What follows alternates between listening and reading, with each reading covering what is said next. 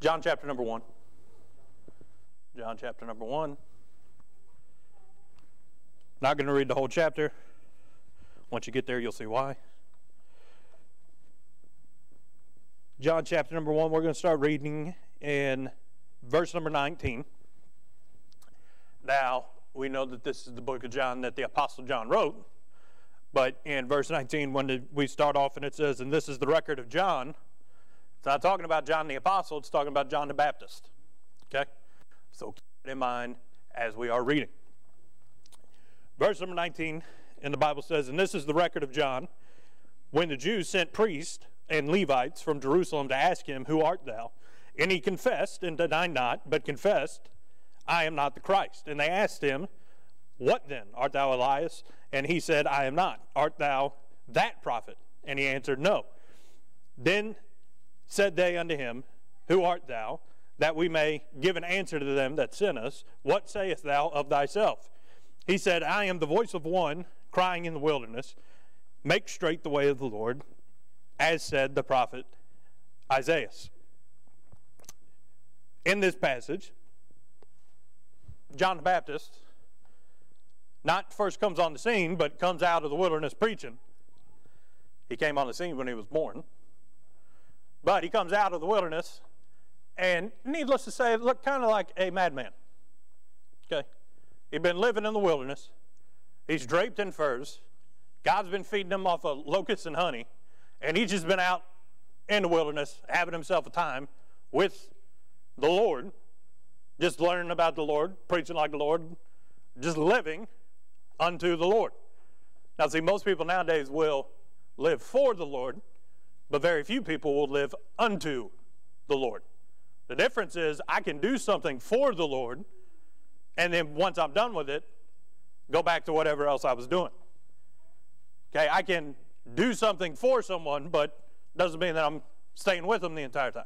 John lived as unto the Lord because, one, he relied upon the Lord for his sustenance, for his food, for his well-being, but he lived unto the Lord, meaning everything he did for the Lord. God gave him everything, so he just gave everything that he had back to God. Okay, but we're not going to teach on that. But in verse number 19, word of John the Baptist has spread to Jerusalem. They send Levites and they send priests from Jerusalem to ask him, hey, wild man, who are you? And he answers in these next couple of verses.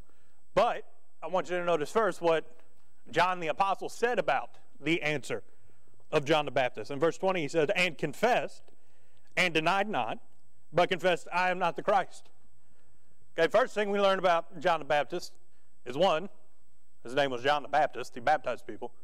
Two, we learn in the verses right before this that all he did was set the table for the Lord. He was very humble. Okay? He did not think more of himself than he ought to. He made very plain, very clear, I'm not the Christ. I'm not the one you're looking for. I'm just telling you he's on his way. I'm telling you that when I was in the womb, I heard he was on the way, and I jumped in my mother's womb. Okay? He's here, but his ministry is not ready to get started yet. But when it is, I'm saying y'all better be ready. Be prepared. Okay? John wanted no limelight. John didn't want any attention. He's saying, it's not me that you're looking for, but I'm telling you that the one that you're looking for is here. Okay? Then, verse number 21, and they asked him, what then? They're still not satisfied. They're saying, if you're not Christ, who are you? Then first they ask him, art thou Elias? Or, that's the Greek version of Elijah. And he said, no. Keep in mind, the reason they asked, are you Elias? Nobody ever saw Elijah die. Okay? Elijah went out of here in a chariot of fire in a whirlwind. Okay? They're saying, well, maybe God sent him back in a chariot of fire in a whirlwind. And he's saying, no. That's not me either. And then they say, art thou that prophet? Okay? And there was a time, we don't have time to get into it, but back in the Old Testament, there was a prophet who was never named, who came, and they thought he was the Christ. Okay? So they're saying, well, if you're not Elijah, are you the one that we thought was Christ the first time? And he said, no. I'm neither of those two people. Okay, they're still not happy. Verse number 22. Then they say unto him, Who art thou, that we may give an answer to them that sent us? What sayest thou of thyself? They're saying, hey, we just came because somebody sent us. We need an answer. Who are you? Okay, why are you teaching these things? Really what it was is the Pharisees were scared that this guy's going to take their crowd. Okay, same thing that they were worried about with Jesus. Okay, they didn't like what he was teaching because he was teaching people that, yes, there is the law, but you don't have to be bound by the law anymore. Pharisees didn't like that because the law allowed them to control people. Here they're saying, well, hang on a second. If this guy is causing a big uproar, let's find out who he is. Then he denies being the Christ, but he says the Christ is on the way. They're saying, well, maybe we need to get things in order. Okay, they're worried. They're fretting. They're wondering what to do. So they send these guys out, the Levites and the priests. The Levites and the priests say, just give us an answer. Okay, be straight with us. What sayest thou of thyself? Now notice this is different than who are you? Saying, okay, you're not either one of those people. You're not anybody else that they may have asked him about. But what do you say? We've never heard of you, but what are you telling these people? Okay? Then verse number 23, he said, I am the voice of one crying in the wilderness, make straight the way of the Lord, as the prophet Isaiah. Okay, now these guys were satisfied. You go on to read, the Pharisees come out to him and ask him more questions. They start asking him, well, if you're not Christ, why are you baptizing people? Trying to get him doctrinally. His answer to that was, well, I baptize with water. We know that Jesus came and baptized us with water and fire. Okay, the Holy Spirit, he baptizes us and with that as soon as we get saved. But also with fire. John's saying, I'm not doing any harm. Okay, this has no, lasting impact of what I'm doing. I can't save somebody. All I'm doing is showing them this is your first step in faithfulness. But if you choose to ignore it, it's not going to do anything for you. Okay? It has no spiritual impact unless we allow it to. Okay? Unless we apply it to our life. Same thing goes today. Baptism's not going to save you. We know that. Baptism's not going to, bring a wayward person back into the church. Okay? Sprinkling in a baby does absolutely nothing. Okay? But if we do it in the right mode, if we do it for the right reason, baptism is the first step that a Christian takes in spiritual obedience towards the Lord. It shows their faithfulness. It also shows their humility and their ability to submit to the will of God. That's what initiates us into the church, to where church membership lies in our bylaws at least. Can't be a member of the church if you haven't been scripturally baptized. Okay, all those things are good. But John's saying the same thing back then. This isn't going to help you out spiritually if you're in a mess. You got to get right with God before you can get baptized, or else it's not going to do anything for you. Okay, then they go on, and you can read all about the rest of it. Like I said, over 50 verses. We don't have time to read all this. But we're not going to read all of it because we're not going to focus on it. We go back. John answered the Levites and the priest. He said, I am the voice of one crying in the wilderness, make straight the way of the Lord, as said the prophet Isaiah. Now again, that's Greek for Isaiah. Okay? I want you to notice the words of John the Baptist were not his own. Okay? He didn't show up with his own agenda, didn't show up with his own ideals. Okay? He's just telling them what they should have heard the first time. And by them, not meaning the Pharisees, but the people of Israel. Something that the Pharisees should have latched onto and taught these people before, but they were never taught before. He's just telling them what Isaiah told them so many hundreds of years before. He's saying, make straight the way of the Lord. Then notice what else he's saying, make the way straight because the Lord is coming. Christ is here. He's about to begin his earthly ministry. You go on and they start asking him, if you're not the Christ, who are you? And he says, hey, I'm just the forerunner. I'm not worthy to latch the shoes of the one that's coming behind me. The one that's coming behind me is Not just greater than me, he's greater than all. He was before all. And we find out in the beginning of John chapter number 1, go back in verse number 1, without him was nothing made. He made everything. He was the Word made flesh. He was God, robed in flesh. But he also was there at the beginning. He's always been with God. This is somebody special. And John's saying, make the way ready for him. Okay?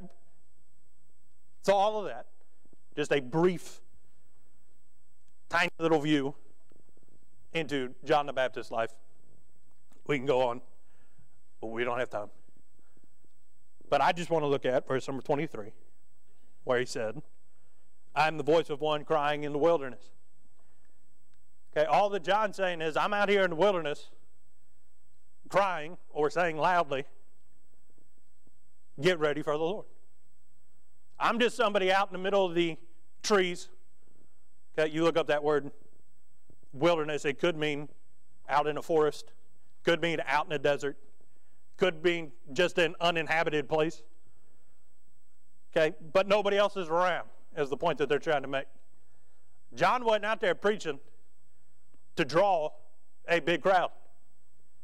He wanted people to hear, but he wasn't there to, build coliseums to preach in. He wasn't there to build a crowd so that he could get notoriety. He's saying, I'm just somebody out here in the wilderness. They came to me. I didn't go to them. He never left the wilderness. Jesus came to the wilderness to be baptized by John the Baptist, if you go to read later on. John the Baptist knew where he was supposed to be because God put him there, and he stayed there.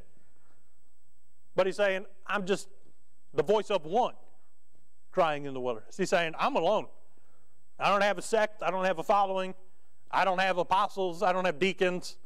He's saying, I'm just out here preaching what God told me to preach.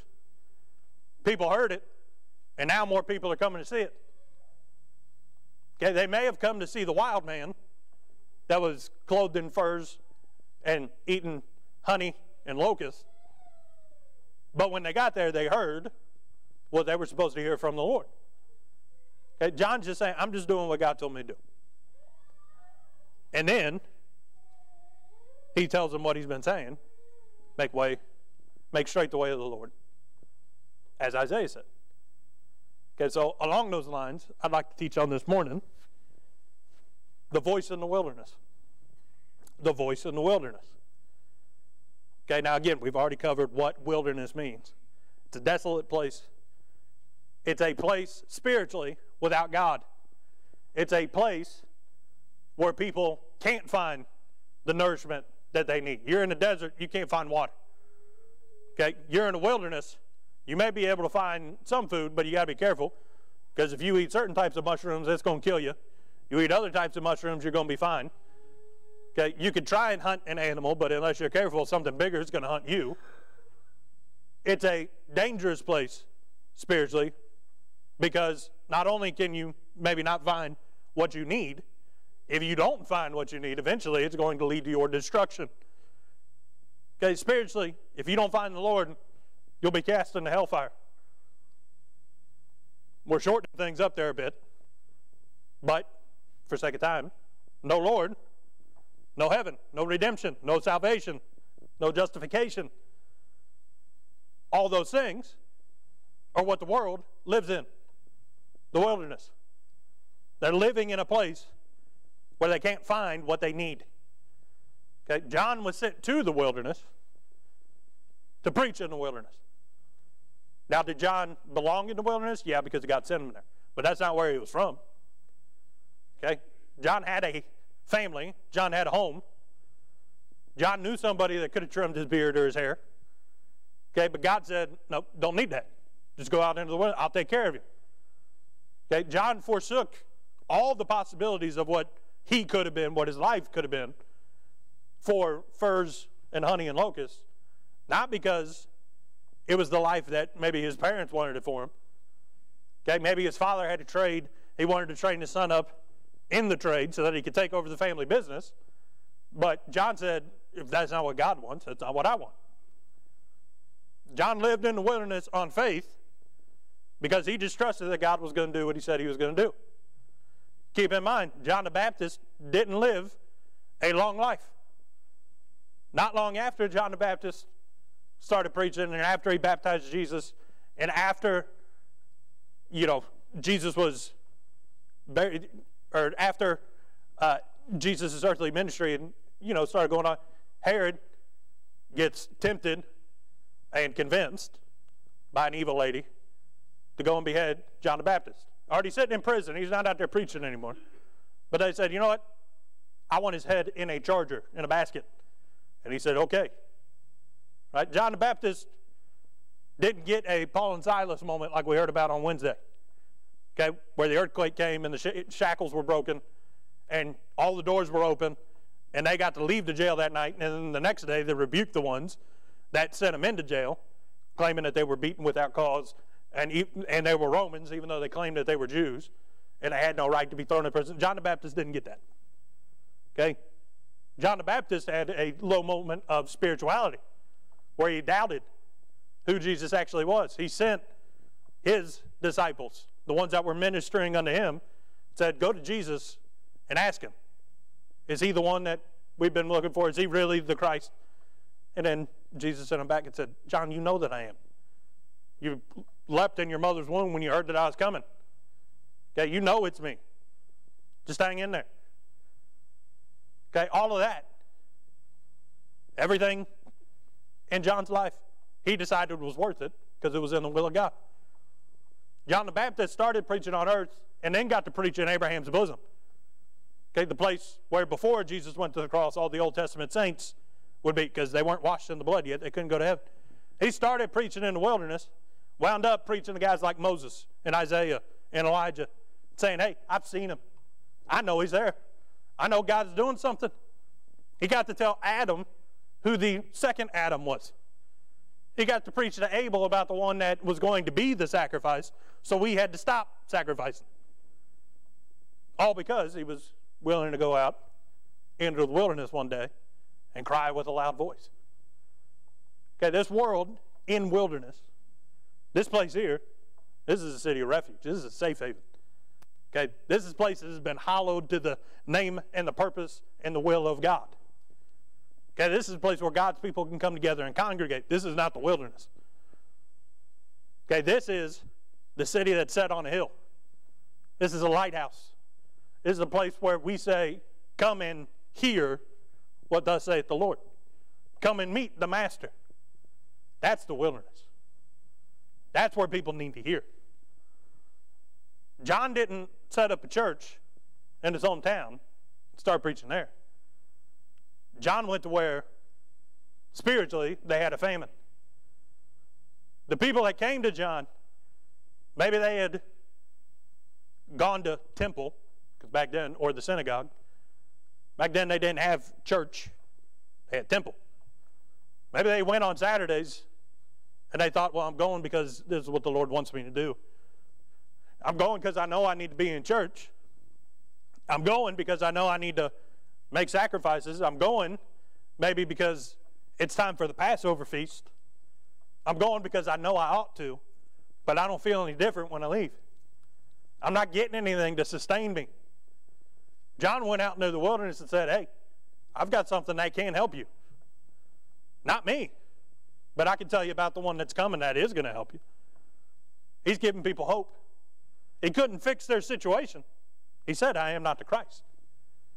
But he could help them endure until Christ came. He could point them in the right direction. He could inform them that, one, God does care. God has a plan. He's working on that plan. And in due time, he'll fulfill the plan because God does all things well. All I'm saying to you is be ready to receive him. Okay? That's our job as Christians today. I can't save them. You can't save them. But we can reach them. If we go to the wilderness, we can cry with a loud voice. And then maybe some will come to us. But the thing is, they didn't stay with John the Baptist. After John the Baptist showed up, or after Jesus showed up, John the Baptist baptized them, not because Jesus needed to be baptized, but because it was the semblance of the beginning of his earthly ministry. where God opened up heaven, then the Spirit of the Lord descended on him as a dove, and the Father said, "This is my Son in whom I am well pleased." Okay? That was just the symbol that, hey, things are starting now. But after that, people followed Jesus. There were multitudes everywhere that he went. They had heard about this one named Jesus. Now, there was a crowd there when he got baptized that day, not because they knew who Jesus was, but because they were waiting on the Christ. The first multitude that followed Jesus around was there because they came out to hear John the Baptist, and they were just waiting on Jesus to show up. Okay? They may come to hear me, but that's not the point. I got to get them to where the Lord is. That's when they come into the refuge. Here, the church. I'm just pointing in the right direction. I'm helping the blind that are stumbling around in darkness to get to the place where they can see the light. I'm not the deaf leading the dumb because I heard the word of the Lord, but I'm somebody that used to be blind, just leading somebody else that is blind to a place where they can get their vision fixed. A place where they can have all their spiritual problems actually taken care of. Because out in the world, they do everything by rote. Okay, if you memorize something by rote, it means you just do it over and over and over again until you remember it. Spiritually, the world is stuck in rote. And sadly, some Baptists are stuck in rote. If I do this, and I do this, and I do this, and I keep doing it, and doing it, and doing it, things will get better. Why? Where's the promise of that in the Word of God? Where's the promise that if you say the prayer over and over again, that it will finally be heard? In fact, the Bible says very clearly that that is not the case. Okay, God does not hear vain repetitions. In fact, he says that's what the heathens do. And the heathens have been doing it ever since. And don't get angry at me because I'm calling people heathens. It just means that they don't know who God is. They're in the darkness. They're in the wilderness. And they're attached to something that they're hoping is going to help them, but it didn't. How are they going to know unless there's a voice in the wilderness crying unto them? Only ours is not make straight the way of the Lord. It's get on the straight and narrow. Wide is the gate that leadeth unto destruction, but narrow is the way. Straight is the gate that leadeth unto life. Why is that gate straight? Why is that way narrow? Because Jesus made it. John's just telling them, get ready to get on the path. Everything that he did in the past, everything that Moses did, okay? He even told him, you go a few verses up, he said, the law came by Moses, but Jesus got something a whole lot better than the law. He's got forgiveness. The law held us in chains. He's here to fulfill the law so that we can be free. John was telling them, there's hope. There is a future. It's not always going to be like this. And as proof, God just sent me, the wild man, living out in the wilderness. John didn't have the hunting skills that, Bear Grylls had. He wasn't a survivalist. Okay, even though I'm convinced that 90% of the stuff Bear Grylls does on TV is fake. John wasn't out there, with a hunting knife and a bow and arrow and all of these tools to help him live. He just walked out in the woods one day because God told him to. And then God fed him on milk or on honey and locusts. You don't have to be too skilled to, take part of a honeycomb and to maybe use that to catch the locust. I don't know. But God sent him locusts, and he ate that. You don't have to be too skilled to get those things. Okay, but God provided, not because John had all the skills, but because John was obedient. Okay, I may not have all of the tools, according to the world, that I need to make it through this life. But John, just a voice crying in the wilderness, as long as he did what God told him to do, God was going to give him what he needed. Now, it may not have been the nice steaks that I like to eat every now and then, or Montgomery ribs, or, unlike our pastor, I do like Chinese food. I do like sushi. I'll pretty much eat anything you put it down in front of me. I'm part goat. There are very few things that I say I will not eat, but when I say I won't eat it, I mean I'm not going to eat it. But John never went hungry. He may not have gotten a T-bone steak, but keep in mind, that may have been the only thing that he ever knew. Maybe he forgot what everything else tasted like. Maybe that locust tasted like Montgomery Inn. I don't know. I do like to taste the honey, though. But whatever it was, John was satisfied. The Bible says having food and raiment to be content therewith. I don't know where John slept. The Bible doesn't tell me. Could have been in caves. Maybe he was in a cave that a bear lived in or that a lion lived in, and God just sent an angel down to shut that bear or lion's mouth like he did with Daniel. I don't know. You're saying that's crazy. Crazier things have happened, but nothing's crazy with God. Don't know where he slept. Don't know where he got the furs. He's in the wilderness. Okay, nothing else is around. But he got them from God somewhere, somehow. Elijah underneath the juniper tree, he got 2 meals from God. And that meal lasted him 40 days. Maybe John didn't eat every day like we're accustomed to doing. But I'm convinced that if God only sent locusts by one time in a week, John got all the food he needed for a week. And you say, well, that doesn't make sense. Out here in the world, there's going to be times that we feel like we're drying up on the vine. There's going to be times that we feel in the flesh weak. We may not be able to get to the house of God because it may be Monday or it may be Thursday. Or even though it's, Sunday, it could be 1 o'clock on a Sunday and something happens and it feels like an eternity before I can get back on Sunday night. Not because it's any longer, just because I'm under that type of burden or I'm under that type of affliction or persecution.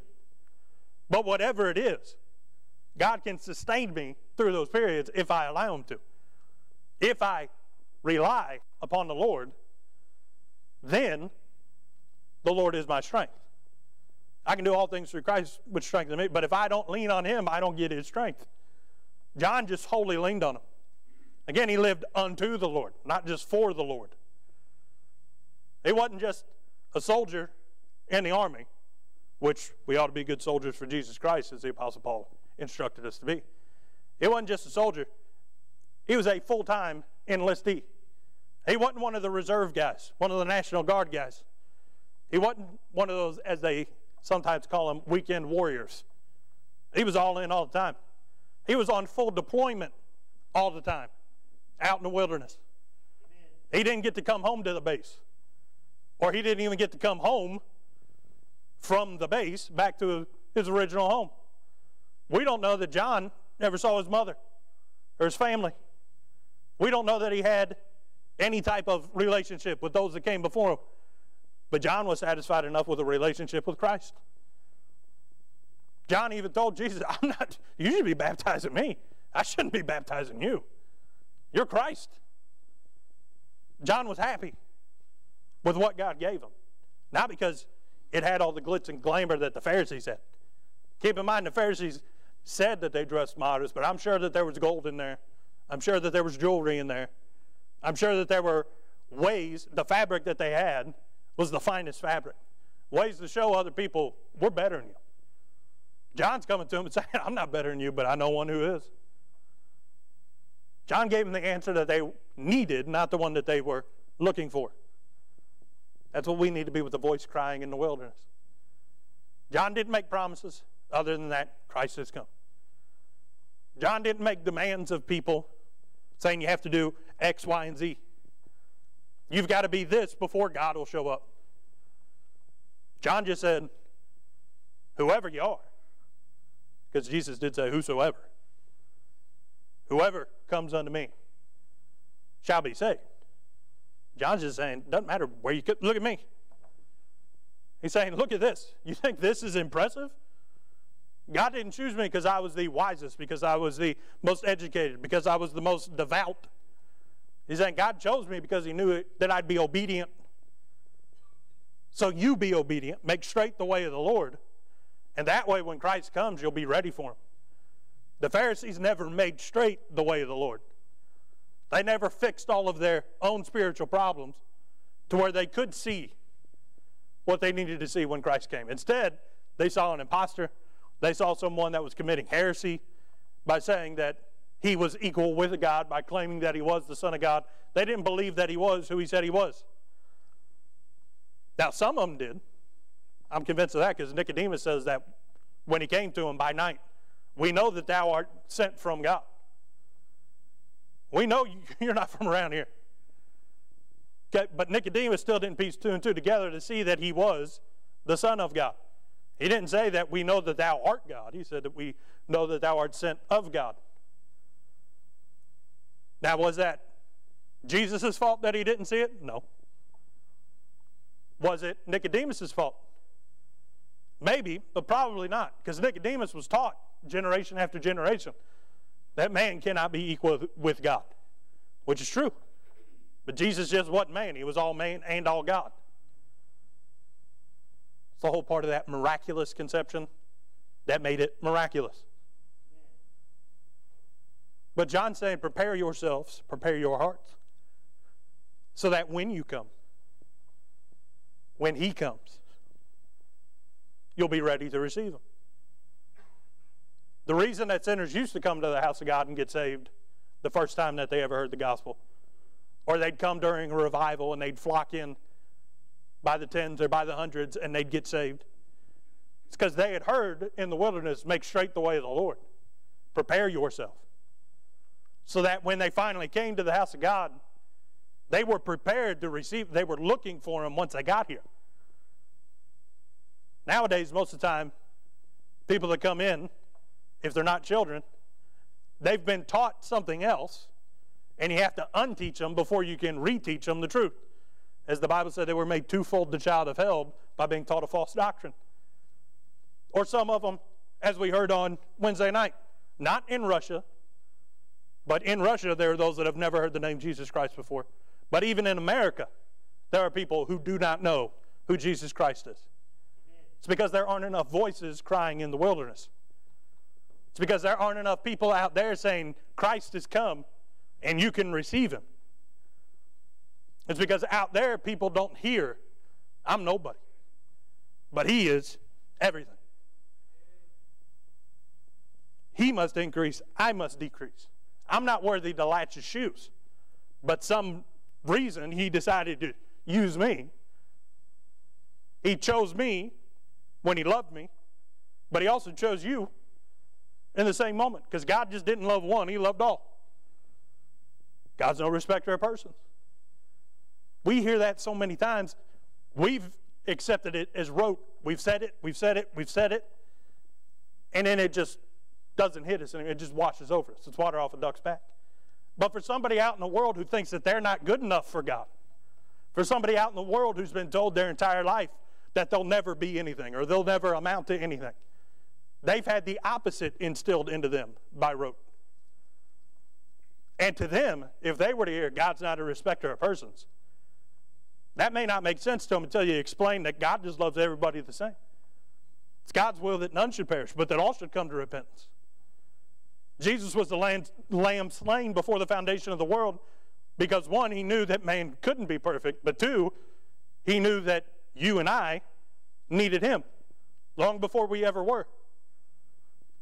You could tell them that there's never been a moment that they haven't been, or that they've been unlovable, because he's loved us with an everlasting love.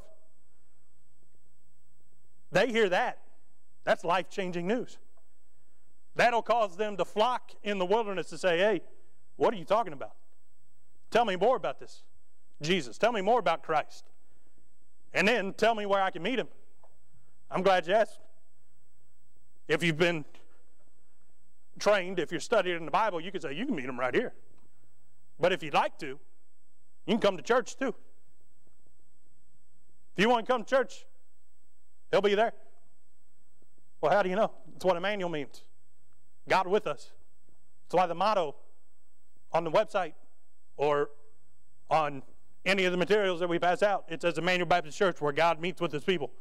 Because that's what Immanuel means. Now, does he meet with us because our name is Immanuel? No, he meets with us because his spirit bears witness with our spirit. Because the word is spiritually discerned. We wouldn't be able to understand anything coming out of the Bible if it weren't for the Holy Spirit telling us. Right? We should never take for granted that he meets with us here, but hey, I know where you can meet him. Down to the house of God. The voice in the wilderness doesn't solve their problem. It just tells them where they can get to have their problem solved. The voice in the wilderness doesn't have to convince them that everything that they've ever been taught isn't going to help them. Most of the time they already know that because of the feeling that they have inside. The voice in the wilderness just says, not that Christ is coming, Christ has come. Not make straight the way of the Lord. Because keep in mind, this is God's people that had perverted God's ways, that had turned his religion and his house into something that was not only perverse, but something that doctrinally couldn't help the people of God. Doctrinally, they were in bondage. Okay, he's telling them, fix, go back to the old paths, restore the old paths, make straight the way of the Lord. But now the way's already been made straight. It's already been plowed. It's already been paved. Jesus did everything at Calvary. But we're just telling them, get on the straight and narrow, and then stay on the straight and narrow.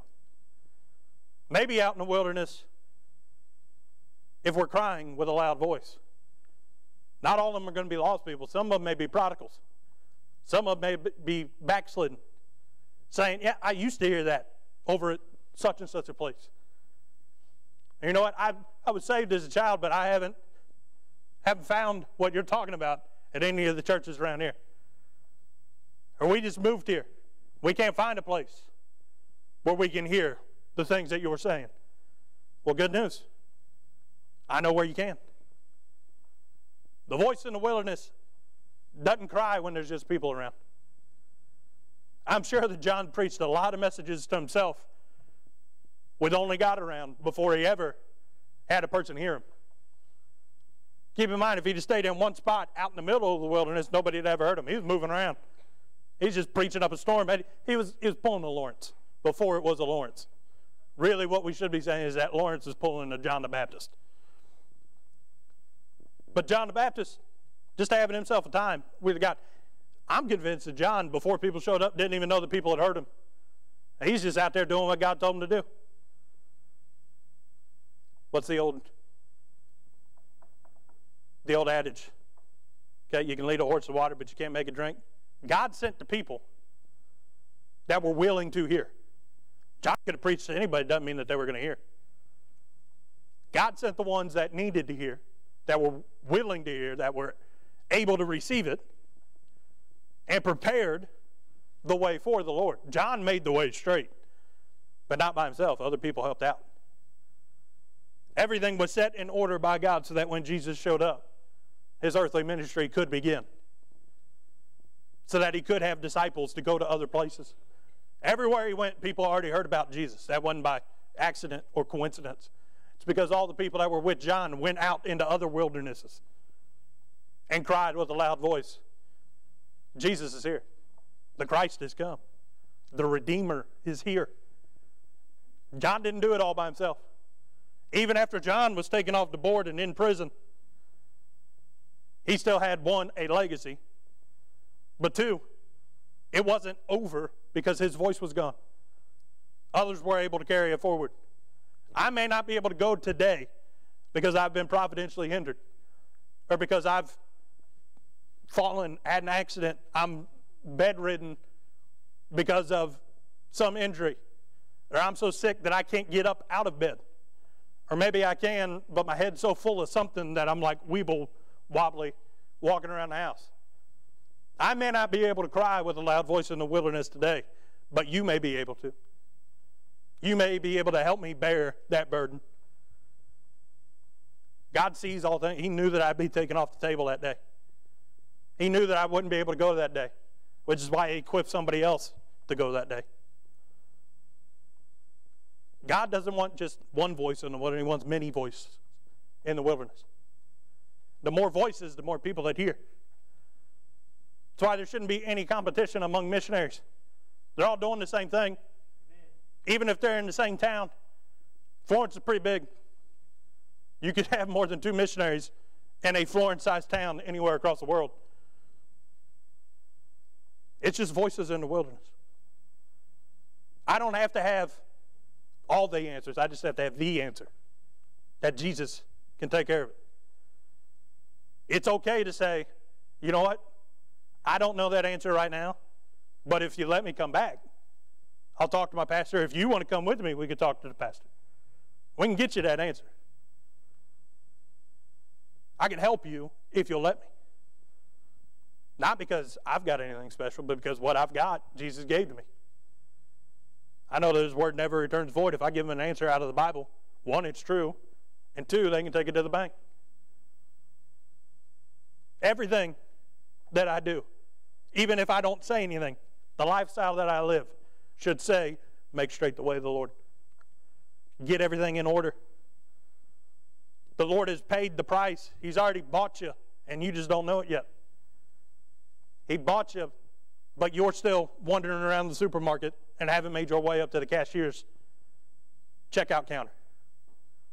The price has been paid. All you got to do is accept it. They'll never hear it if there's not a John the Baptist in the wilderness. It's not enough to be here. It's not enough to go to the same place, to the same people. Got to go to the wilderness. If you're obedient to follow God, God will take care of the things that you really worry about. You may never be able to reach your family, but if you go and do what God tells you to do, He may send the person by that can reach your family. Because the Bible does say that He will give us the desires of our heart. If we long to see our loved one saved, and we know that by doing what God wants us to do, they won't hear our voice anymore. But again, a prophet's not without honor except in his own country. Maybe God will just send the one by that can. Maybe the one that wants to come by and tell them, can't because I'm crying in that wilderness.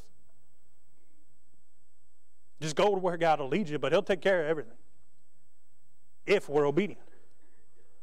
I'm convinced John didn't have any days of doubt where he said, you know what, Lord, it's getting a little cold out here. I think I'm headed home. I'm headed back to the house. I can make a fire out there.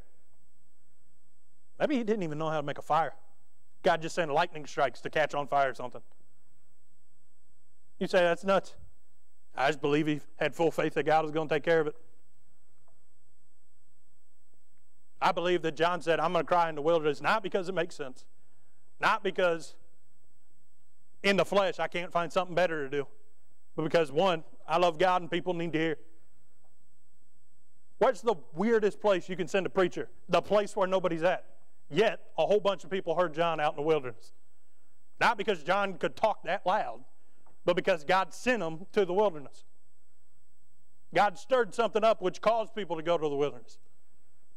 It may not be a multitude of people at once. I'm sure it started with one who went and told others. And then they came back and then went and told others. John stayed in the wilderness until Jesus came. John probably stayed in the wilderness after Jesus came, because that's where God put him. Just go where you're supposed to be, but be the voice in the wilderness. Doesn't do enough to be in the world. We're in the world, but we're not of the world. We're supposed to be separate, called out people, but it's not enough to be separate in the world.